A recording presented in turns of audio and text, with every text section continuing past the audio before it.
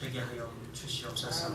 하나님의 구원이 얼마나 놀랍고 우리가 택한 백성으로서 얼마나 영광스러운 존재인지 깨닫게 하여 주시므로 하나님의 그 구원에 늘 감사하며 예배로 나아가는 우리의 일교회 되게 해 주옵소서. 감사드리며 예수님 거룩하신 이름으로 기도드립니다. 아멘. 할렐루야. 출애굽기는 여러 가지 예표들로 가득 차 있습니다. 예표라는 그림자를 말하는데요. 그림자는 실체를 반영한 어떤 전제를 의미하고 있습니다. 그래서 영어에서도 타입, 그리고 예표론 하면 타이파러지 이렇게 이야기하는데 어떤 유형이 있는데 그 유형은 실체를 위한 어떤 유형이다, 이러한 의미입니다. 그래서 출애굽기에는 많은 예표들로서 예수님을 설명하고 있고 신약 성경의 복음을 상징적으로 선포를 하고 있습니다. 쉽게 말하면 이 애굽은 이 세상을 예표하고 바로는 세상의 이 임금격인 마귀를 예표하고 그리고 이스라엘은 하나님의 택한 백성을 예표하고 모세는 구원자로서 중보자 되신 예수 그리스도를 예표하고 있습니다. 뿐만 아니라 이 출애굽 사건은 중보자인 모세를 통해 이스라엘 백성을 이 애굽 왕 바로로부터 구출해내는 하나님의 구원 사건을 의미하는데 이것은 장차 중보자 되신 예수 그리스도를 통해서 죄와 그리고 이 마귀의 세상인 이 땅에서부터 우리를 구원해내시는 하나님의 구원 역사를 예표한다고 볼 수 있는 것입니다. 따라서 구약 성경은 복음의 실체이신 예수 그리스도 중심으로 읽어야 되고 신약 성경은 어떻게 구약에서 예표한 이 하나님의 말씀이 신약 성경 시대에 와서 예수 그리스도를 중심으로 성취가 되었는가 이렇게 읽어 나가야 합니다. 이렇게 하나님의 구원 역사를 중심으로 성경을 해석하고 설교하는 것을 가리켜서 우리는 Salvation Historical Sermon, 바로 구속사적인 설교다 이렇게 말합니다. 따라서 오늘은 하나님의 구원하심이 얼마나 위대하고 전능하신가를 말씀해 드리고자 합니다. 진리를 통해서 은혜가 충만하고 하나님의 구원의 감격이 놀랍게 회복이 되는 귀한 시간이 되시기를 축원을 드리겠습니다. 먼저 하나님께서 이 하나님의 택한 백성을 구원하신 목적에 대해서 말씀을 드리고자 합니다. 왜 하나님께서 구원을 행하셨는가? 이 출애굽기에서 보게 되면 두 가지 단어가 아주 눈에 띄게 현저하게 나타납니다. 하나는 이 베리스라고 하는 언약이라는 단어이고 그 다음에 두 번째는 헤세드라고 하는 긍휼, 사랑이라는 단어입니다. 하나님께서는 이스라엘 백성을 택하 구원해내신 이유가 무엇이냐 하면 하나님께서 아브라함과 맺은 언약 때문에 이스라엘 백성들을 구원해내신 것이고 그리고 그 중심에는 하나님께서 이 이스라엘 백성을 사랑하셨기 때문에 구원하셨다라는 것입니다. 우리가 구원받은 것도 예수 그리스도의 십자가를 믿었던 이 믿음 때문에 이 언약 때문에 우리가 구원받은 것이고 하나님께서 저와 여러분을 사랑하셔서 구원해 내신 걸로 믿으시기를 바랍니다. 첫 번째 우리는 그렇다면 하나님의 베리스, 이 언약에 관하여 알아야만 합니다.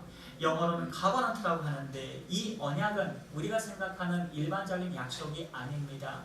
약속은 사람과 사람 간에 맺는 것을 약속이라고 말하는데 하나님과 우리 인간과의 맺은 것은 언약이라고 말씀을 합니다. 인간의 약속은 얼마든지 깨어질 수가 있습니다. 왜냐하면 사람 자체가 연약하고 그래서 얼마든지 맹세가 깨어질 수 있는 그런 가능성이 있습니다. 약속은 원칙적으로 지키는 것이 맞지만 사람이기 때문에 얼마든지 위배할 수가 있습니다. 또한 약속은 얼마든지 내용이 변경되기도 하고 시간이 지남에 따라서 서서히 잊혀질 수도 있습니다. 하지만 우리 하나님의 언약은 그렇지가 않습니다. 하나님의 언약은 깨어지는 법이 없고 전후 내용이 달라지는 법도 없습니다. 출애굽기 6장 5절 말씀은 그래서 이렇게 말씀합니다. 이제 애굽 사람이 종으로 삼은 이스라엘 자손의 신음소리를 내가 듣고 나의 언약을 기억하노라. 시간이 430년이나 지났습니다. 그럼에도 불구하고 하나님께서는 정확하게 언약을 지키시는 하나님이십니다. 그렇다면 하나님께서는 언제 이스라엘 백성과 언약을 맺으셨는가 살펴보게 되면 그것은 믿음의 조상 아브라함 때로 거슬러 올라가게 됩니다. 창세기 12장 2절 말씀에 보게 되면 내가 너로 큰 민족을 이루고 내게 복을 주어 내 이름을 창대케 하리니 너는 복의 근원이 될지라 이렇게 언약을 맺으셨습니다.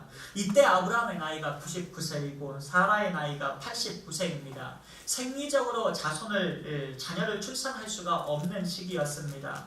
그럼에도 불구하고 하나님께서는 이 언약대로 약속하신 바대로 기적적으로 아브라함의 나이가 100세가 되었을 때 웃음이라 뜻하는 이삭을 선물로 안겨주십니다.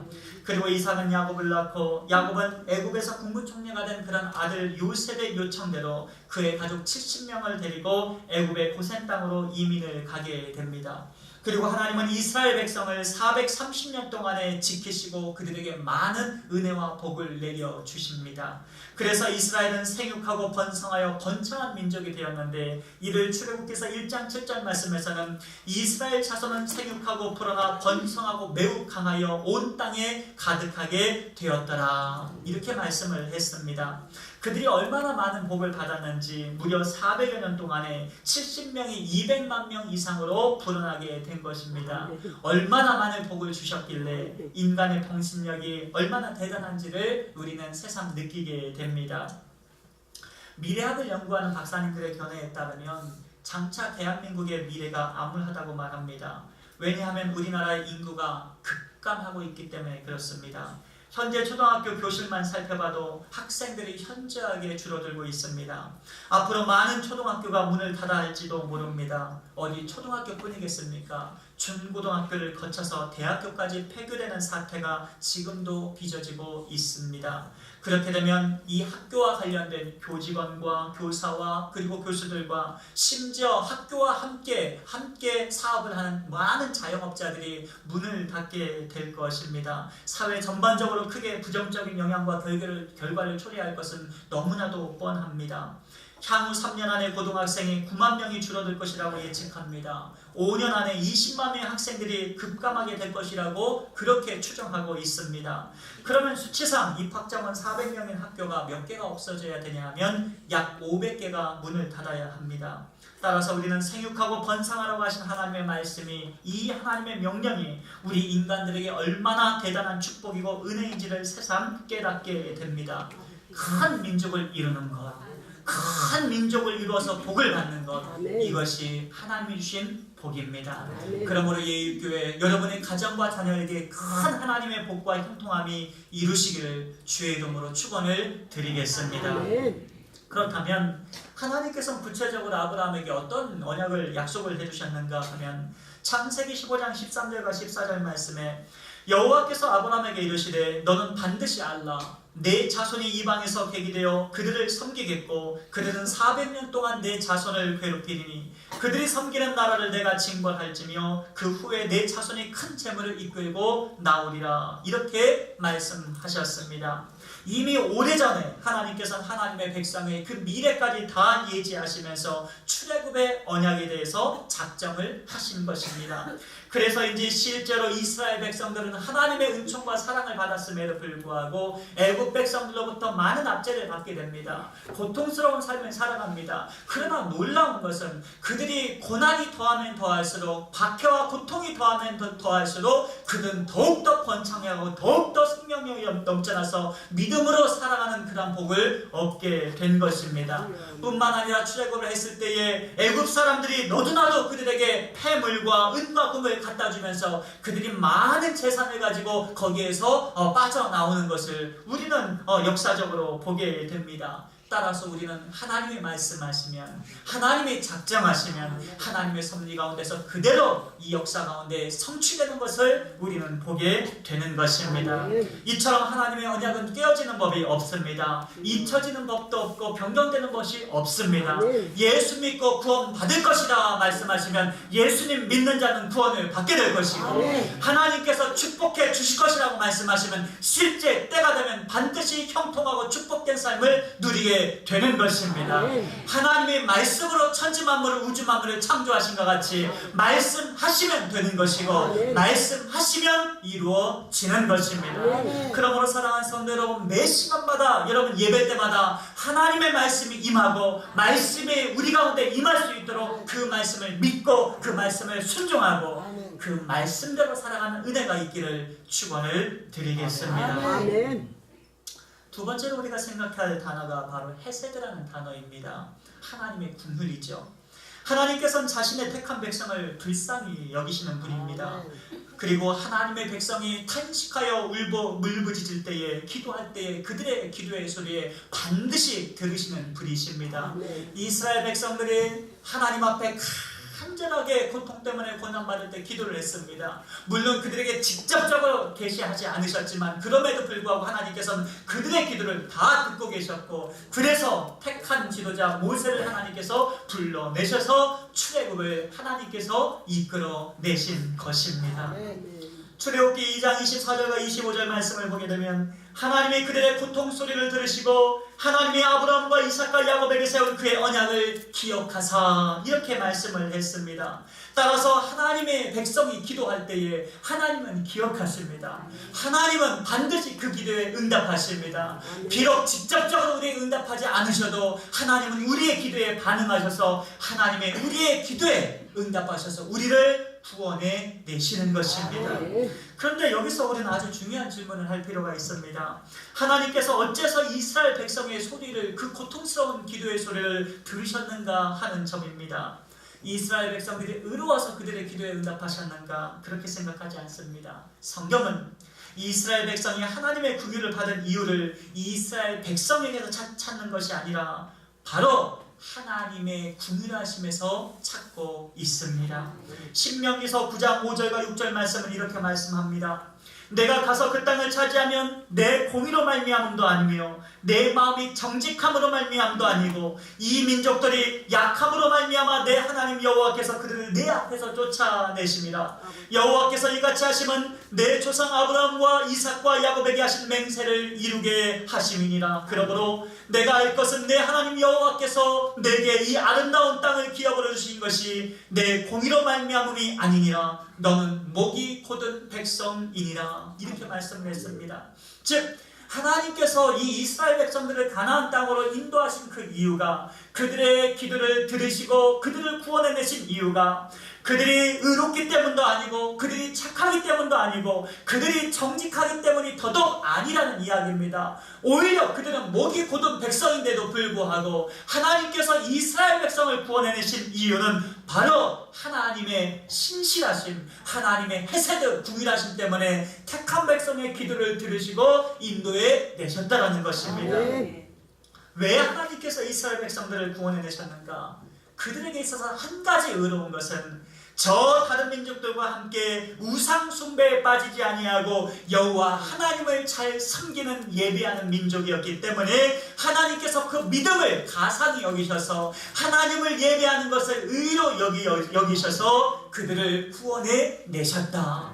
이렇게 말씀하고 있습니다. 아멘. 사랑하는 성도 여러분, 예배하는 것이 의인 것입니다. 아멘. 하나님을 믿는 것이 의로움인 것입니다. 아멘. 예배하지 않는 백성들을 한번 보십시오. 저 세상 사람들을 한번 보십시오. 자기가 왕이 되고 자기가 하나님처럼 자기 주도권을 가지고 살아가는 사람들입니다. 잘 사는 것 같이 보여지게 됩니다. 의로운 것처럼 보여집니다. 나름대로의 정의를 가지고 있습니다. 그러나 우리에게 있어서 정의는 하나님의 뜻입니다. 하나님 말씀하시면 그것이 정의가 되고요. 하나님이 행하시는 대로 예배하는 자가 우리가 하나님 뜻대로 순종하는 것이, 그것이 우리의 의로움입니다. 아멘. 예배하다 보니까 변화받습니다. 아멘. 하나님을 믿다 보니까 우리의 삶이 변화가 되는 것입니다. 아멘. 하나님의 성령이 우리를 변화시키셔서 하나님을 믿는 이 믿음을 하나님은 의로이 여기셔서 우리를 변화시키시고 구원해 나가시는 것입니다. 그래서 저는 이 시간 여러분이 얼마나 의로운 분들인지 모릅니다. 하나님을 예배하는 것이 의이고 하나님을 잘 믿는 것이 의로운 백성인 것입니다. 아멘. 따라서 하나님은 이런 하나님의 언약을 기억하셔서 하나님의 긍휼 헤세드 때문에 우리 택한 백성을 구원해 내셨음을 우리는 알아야 합니다. 신명기 7장 8절 말씀은 택한 백성이 구원받는 그 이유에 관해 말합니다. 여호와께서 다만 너희를 사랑하심으로 말미암아 또는 너희의 조상들에게 하신 맹세를 지키려 하심으로 말미암아 자기의 권능의 손으로 너희를 인도하여 내시되 너희를 그 종되었던 집에서 애굽 왕 바로의 손에서 속량하셨나니. 이렇게 말씀했습니다. 우리가 구원받은 이유가 무엇인가? 이스라엘 백성이 구원받은 이유가 무엇인가? 여호와께서 다만 너희를 사랑하심으로 말미암아. 이렇게 말씀하셨습니다. 다만 하나님께서 우리를 사랑하셔서 우리가 구원받은 겁니다. 다만 하나님께서 이스라엘 백성을 사랑하셨기 때문에 그들이 구원을 받은 것입니다. 그들이 하나님 앞에 의로웠다고요. 구원받을 만한 자격이 있다고요. 천만의 말씀입니다. 제가 여러분에게 감히 묻겠습니다. 여러분이 하나님 앞에 구원받을 만한 이유가 있습니까? 없습니다. 나는 남들과는 뭔가 좀 다르고 내가 하나님 앞에 뭔가 좀 이 정도 해놨으니까 우리가 구원받았다고 생각하십니까? 천만에입니다. 성경은 그렇게 말씀하지를 않습니다.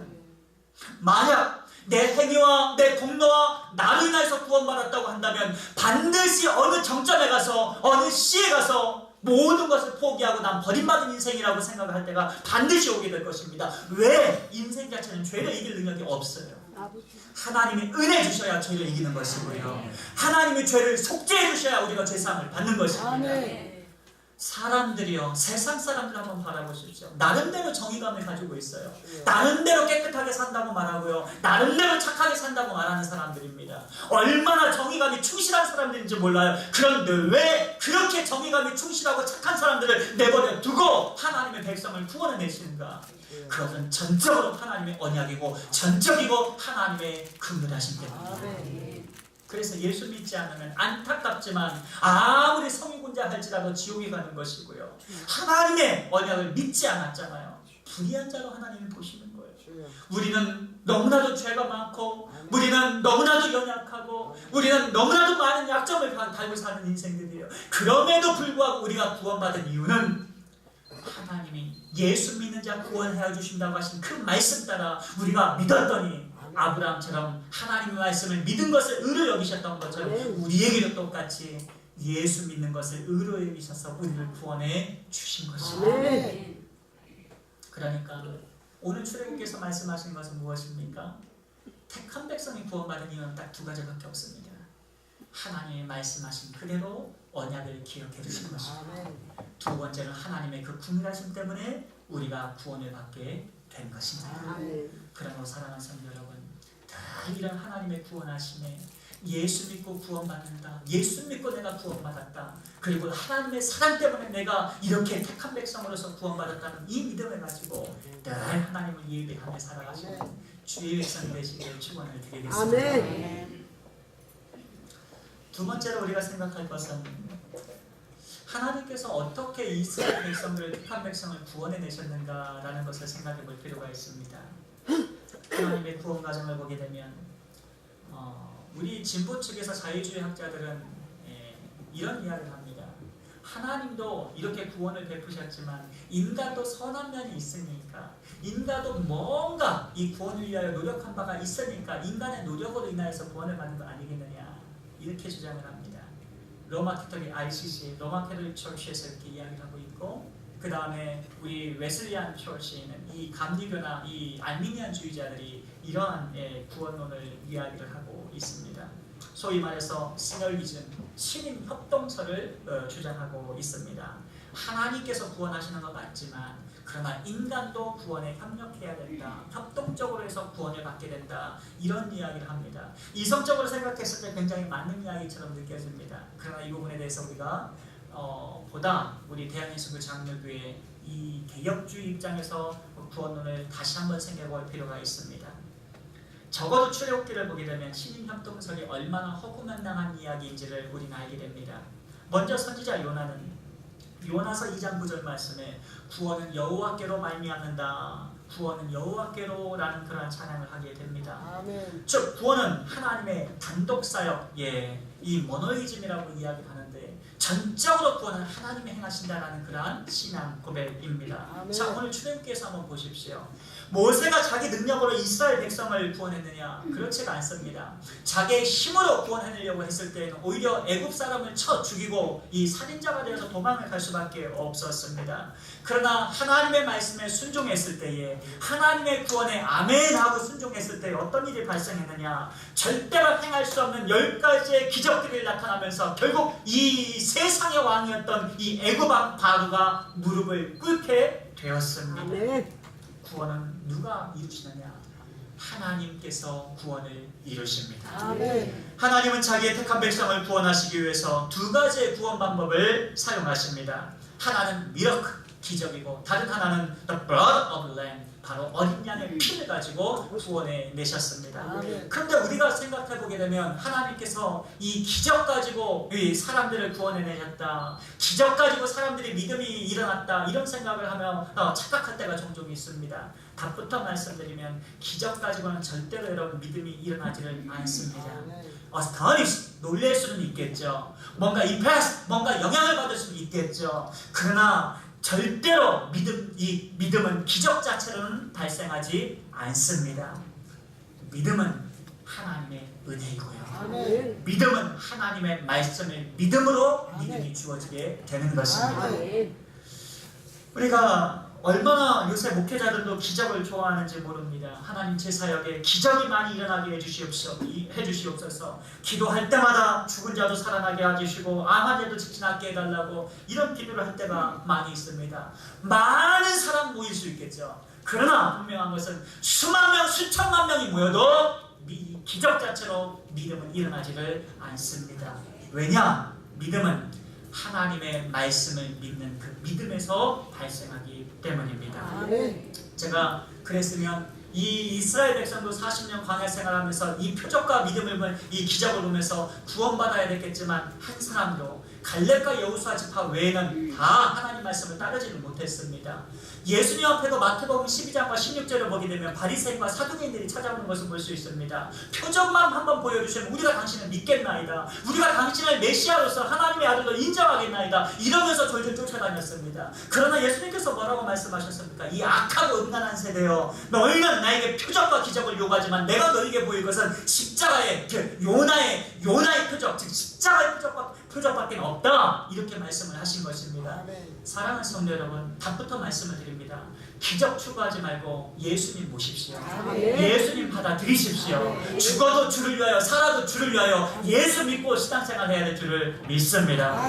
성경 역사를 보게 되면요, 기적이 특별히 많이 발생한 시기가 딱 세 시기가 있습니다. 구약에서 두 시기, 신약에서 한 시기입니다. 구약에서 첫 번째, 오늘 출애굽기의 시기, 주전 15세기, 1400년 중반기에 출애굽할 때 엄청난 표적들이 많이 일어나게 됩니다. 그리고 이 주전 9세기에 활동했던, 800년대 활동했던 엘리야와 엘리사가 사역하던 그 시기, 그때도 엄청난 기적들이 많이 발생하게 됩니다. 그리고 주후 AD 1세기 어퍼슬, 이 사도들이 활동했던 이 시기, 이 사도들이 활동했던 이때 엄청난 기적과 표적이 일어나게 됩니다. 물론 이 외에도 가끔씩 하나님의 그런 기적이, 표적이 발생하긴 했지만 이렇게 흔하게 기적이 발생한 시기는 없었습니다. 그런데 보세요, 이 세 시기에 공통점이 있습니다. 어떤 공통점이 있습니까? 바로 이 위기 상황이었다는 거예요. 영적으로 혼탁하고 그리고 국가적으로 위기 상황이 왔을 때에 이 똑같은 공통점이 있던 시기에 하나님께서 하나님의 택한 백성을 구원해 내시고자 이 기적과 표적을 발생해서라도 하나님의 백성이 하나님의 말씀을 듣게끔, 순종하게끔 하나님께서 기적을 베푸신 겁니다. 제가 여러분 기적과 표적을 나쁘다고 말하는 거 절대 아닙니다. 그렇다면 하나님께서 그런 표적을 일으키지 않으셨겠죠. 표적과 기적을 통해서 말씀을 들어오라는 겁니다. 그리스도에게로 들어오라는 것입니다. 여러분, 이 세 시기를 우리가 보게 되면 거짓 종교가 참된 종교를 핍박하고 멸하던 시기였고요. 그리고 이 AD 1세기만 하더라도 이 노스티시즘, 영지주의자들로 인하여서 교회가 상당한 이단들이 들어왔을 때였습니다. 겉으로는 로마와 유대인들이 핍박에 몰려왔고, 그리고 안으로는 이단의 거짓 영들이 교회를 굉장히 혼란케 했습니다. 이것은 한 가지 추측하게 만듭니다. 이렇게 위기 상황에 하나님은 기적과 표적이 발생하게 만드시는구나. 그리고 거짓 영들의 역사로도 많은 표적들이 일어나는 것이고, 거기에 비하여 하나님의 표적이 또한 하나님께서 그 악한 시대에 하나님의 말씀을 듣게끔 하나님께서 표적과 기적을 일으키시는구나. 이런 시대예요. 그러니까 요즘 한국 간다는 여러분, 한국 사회를 보게 되면요, 이단이 발생시키는 그러한 영의 역사가 있고 성령이 역사하시는 영의 역사가 있는 걸 알아야 됩니다. 여러분, 이 모세가 예굽의 술사들이 일으키는 기적과 표적들이 있는 것이고, 모세를 통해서 하나님의 표적이 있는 것을 우리는 알아야 되는 것입니다. 여러분 오늘날 이 한국교회에 이 얼마나 많은 이단들이 있습니까? 우리가 정신 똑바로 차리지 않으면 우리는 자칫하면 그런 이적 표적 보면서 이단교회로 넘어갈 수도 있는데 우리는 예수 믿고 신앙생활 해야 됩니다. 표적 바라보면서 그리스도 안으로 들어와야 되는 것입니다. 이미 데살로니가 후서 2장 9절과 10절 말씀에서는 말세 이단에 대한 역사에 대해서 이렇게 말씀합니다. 악한 자의 임함은 사단의 역사를 따라 모든 능력과 표적과 거짓 기적과 불의의 모든 속임으로 멸망하는 자들에게 임하리니 이는 저희가 진리의 사랑을 받지 아니하여 구원함을 얻지 못함이니라. 이렇게 말씀합니다. 말세가 되면은요, 거짓령의 역사, 사단의 그러한 역사를 따라서 악한 자들이 나타나게 되는데요, 그들은요 모든 능력과 표적과 기적과 속임수까지 해서라도 사람들을 미혹시키고 눈앞에서 보여지는 그러한 기적과 표적으로 사람들을 이 믿음의 길에서 우르르 다 떨궈낸다는 것입니다. 왜 떨궈지냐 봤더니 저희가 진리의 사랑을 받지 아니한 거로 구원의 길에서 떨어져 나갔다는 거예요. 무슨 말입니까 여러분? 하나님의 사랑이 있고 예수 그리스도의 십자가의 복음이 있고 예수님의 그 사랑을 우리가 받고 예수님 믿음으로 신앙생활을 해야 되는데, 우리가 예배하는 것도 주님 그 구원받은 것에 감사해서 주님 사랑이 너무나도 감사해서 그 사랑으로 신앙생활을 해야 되는데, 하나님의 사랑은 없고 그 가운데 표적과 기적만 바라다가 전부 진리의 길에서 떨궈져 나갔다, 이 말을 지금 하고 있는 것입니다. 사랑하는 성도 여러분, 묻습니다. 기적이 좋습니까? 예수님이 좋습니까? 여러분, 표적이 좋습니까? 구원받는 것이 좋습니까? 구원받는 것이 신앙생활의 목적이 아니겠습니까? 살아도 주를 위하여 죽어도 주를 위하여 오직 예수 믿고 신앙생활하는 것이 우리가 신앙생활하는 목적인 것입니다. 할렐루야. 이 말세 때가 되면요 더더욱 이단들의 역사가 넘쳐나게 될 것입니다. 아무 생각하지 마시고 예수 믿고 구원받아야 됩니다. 아멘. 그렇다면 어째서 우리는 이 기적을 조심스럽게 바라봐야 되느냐? 우리가 자칫 예수님을 믿다가도 기적에 더 마음을 뺏겨서 예수님을 놓치고 표적만 바라는 허탄한 신앙을 갖고 신앙생활하는 허황된 인생이 될까 무서워서 사도 바울은 이미 그것을 여러분 그의 서신에서 몇 차례나 경고를 했습니다. 하나님의 주권으로 우리 인생에 있어서 기적과 표적을 일으켜주시면 감사할 일입니다. 찬양할 일입니다. 그러면서 더욱더 우리가 하나님 앞에 나아갈 일입니다. 아멘. 그러나 우리 마음에 예수가 없고 우리 마음에 하나님의 은혜가 없는 채로 이 표적을 바라는 인생이 되게 되면 그는 마귀의 사람이 되어버리고 맙니다. 현재 우리나라에 활동하는 이단들을 우리가 보게 되면 JMS 정명석을 비롯해서 안상홍이 하나님의 교회, 그리고 신천지 이만희, 전부 다 문선명과 정명석에는 문선명파에서 나온 것이고, 그 다음에 신천지 이만희는 어린종 이 유재열 싸이의 장인아버지죠. 지금은 이단에서 나왔다고 그래요. 그렇지만 과천 장막교에 있을 때 그 이단에서 이 박태선이 후예들입니다. 신앙촌 박태선이 얼마나 나중에 자기가 메시아라고 그러고 깨끗하게 죽은 사람입니다. 전부 다 자기가 안 죽는다고 그랬어요. 박태선이도 그렇고 문선명이도 그렇고 지금 이단들도 그 모양입니다. 다 죽죠 결국에는요. 그리고 자기 와이프한테 메시아성을 넘겨놓고, 그런데도 이 거짓령이 붙들렸기 때문에 신화와 허탄한 데에 미혹됐기 때문에 예수님을 믿지 못하고 그 더러운 영 가운데 인생을 바치다가 나중에 지옥 갈 사람들입니다. 두렵고 떨리는 마음으로 우리는 하나님을 진중하게 섬기고 경건하게 신앙생활해야 되는 것입니다. 아멘. 교회를 사랑하십시오. 아멘. 주님을 사랑하십시오. 아멘. 교회는 주님의 몸입니다. 아멘. 그리고 예수님의 사랑을 가지고 주님의 사랑을 실천하시기를 축원을 드립니다. 아멘. 그렇다면 우리는 질문해야 됩니다. 기적이 하나님의 구원을 일으키는 것이 아니라면은 도대체 무엇이 우리의 구원의 성취를 이루는가? 그것은 바로 The Blood of the Lamb, 어린 양의 피, 예수 그리스도의 피로 우리가 구원을 얻게 되었습니다.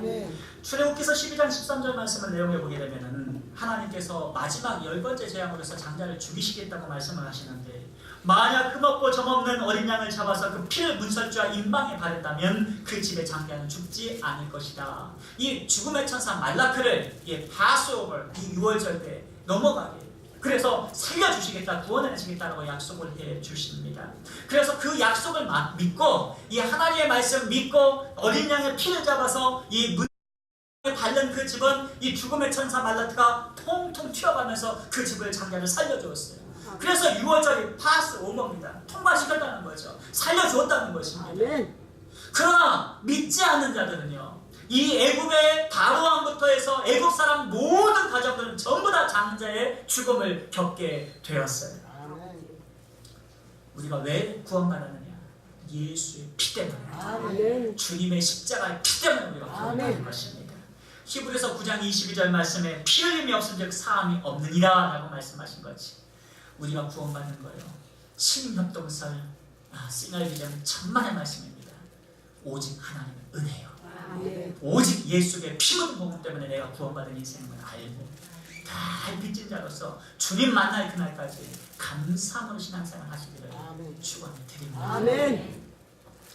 우리가 그렇다면 이스라엘 백성에 대해서 우리가 좀 살펴볼 필요가 있는데요. 하나님이 왜 이스라엘 백성들만 그러면 그렇게 구원해 주셨는가 하는 점입니다. 알미니안 주인은 이렇게 말합니다. 하나님은 사랑의 하나님 아니신가? 그러니까 당연히 온 지구촌에 있는 모든 세상 사람들을 다 구원해 내시는 것이 하나님이시다. 이렇게 이야기를 합니다.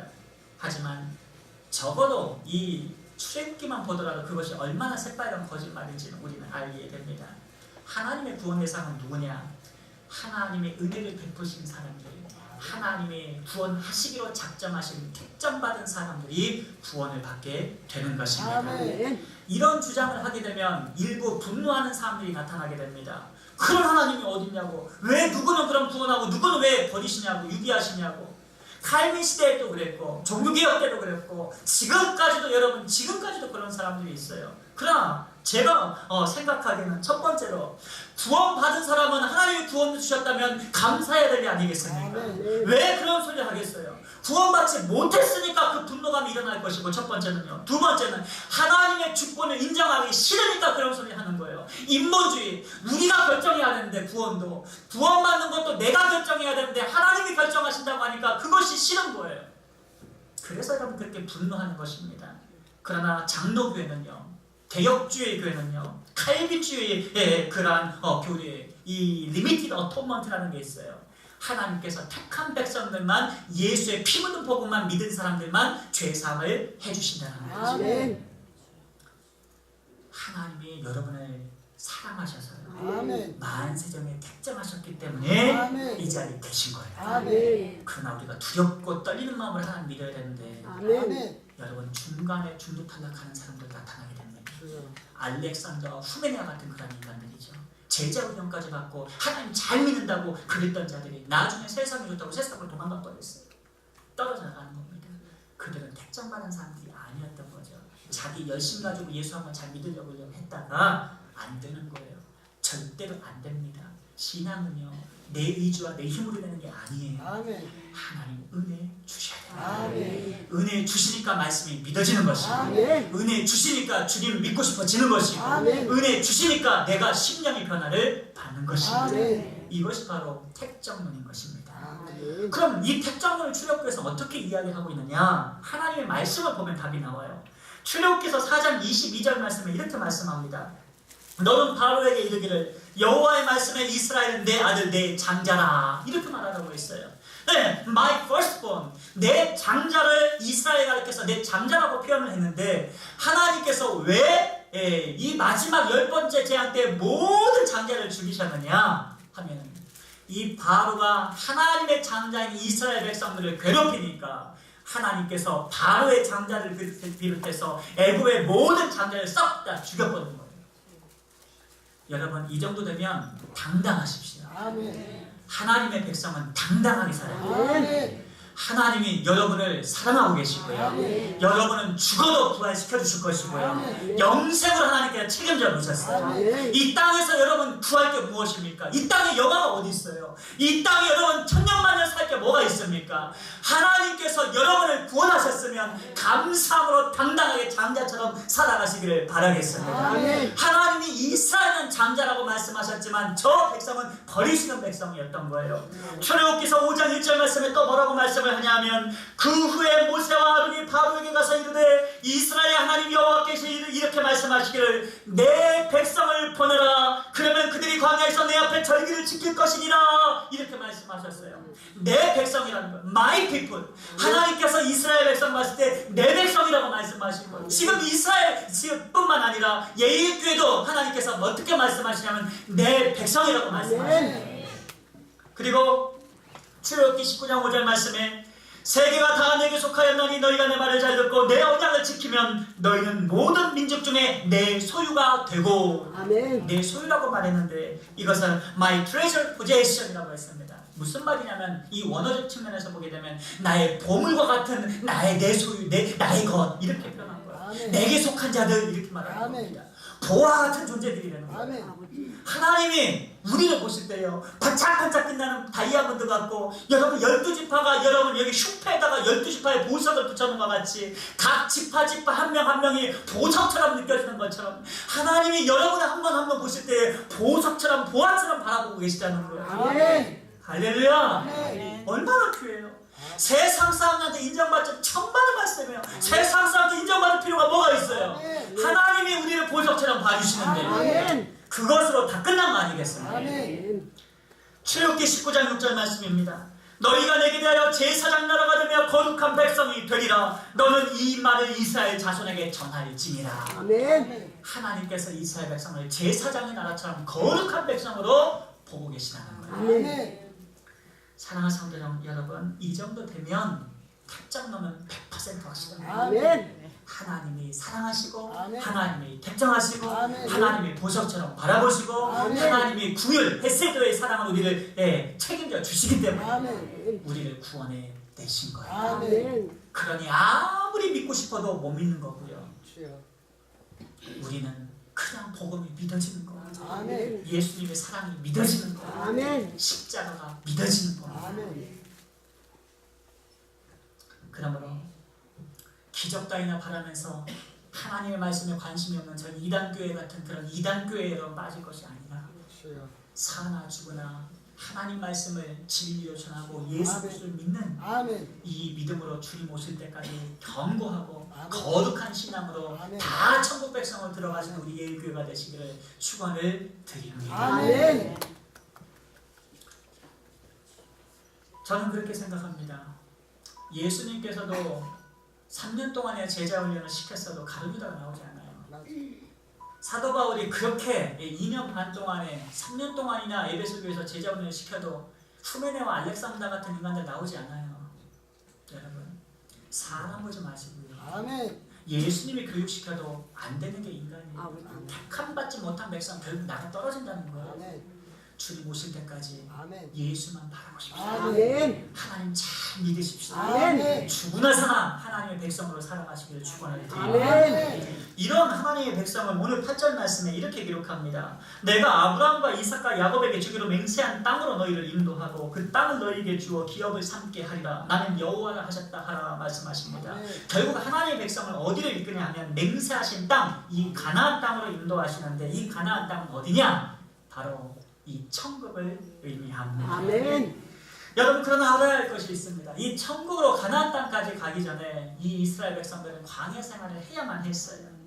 우리가 저 천국으로 갈 동안에 이 광야 같은 이 세상에서 우리는 비비면서 부대끼면서 살아가야 됩니다. 신앙을 지키면서 살아야 돼요. 아멘. 우리의 신앙을 떨궈내려고 얼마나 사탄 마귀가 얼마나 많이 공략합니까? 미혹하고 협박하고 너는 굶어 죽을 것이다. 그렇게 살면 너는 그렇게 믿음으로 살면 사람들과 이렇게 제대로 어울리지 못할 것이다. 하나님의 말씀 듣고 살게 되면 사람들과 부딪히고 외면당하고 이럴 때가 얼마나 많이 있어요.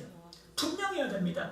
10지파가 모세 편에 안 들어도요 2지파가 반드시 택한 백성은 이 여호수아 갈렙처럼 모세 편을 드는 것처럼 하나님의 백성을 하나님의 믿는 백성들이 반드시 있어요. 아멘. 그 가운데 우리 예일교회 모아주신 것입니다. 아멘. 이 힘든 세상에서도 하나님의 택한 백성을 교회로 모아주세요. 아멘. 여러분 그 소망 갖고 하나님 바라보며 사세요. 아멘. 나 혼자가 아니에요. 아멘. 렘넌트 엘리야가 나 죽여달라고 다 저렇게 이단으로 넘어갔고 다 거짓 선지자들만 만만 듣고 내 말은 하나님의 말씀을 계시길 바라는데 내 말은 안 들어주고 저 죽겠습니다 이랬을 때 엘리야야 아무 걱정하지 말아라. 아멘. 내가 너를 위하여 7,000명의 남은 자를 내가 나를 위하여 남겨놓았느니라. 아멘. 너와 같은 자들이 7,000명이나 아직도 있다.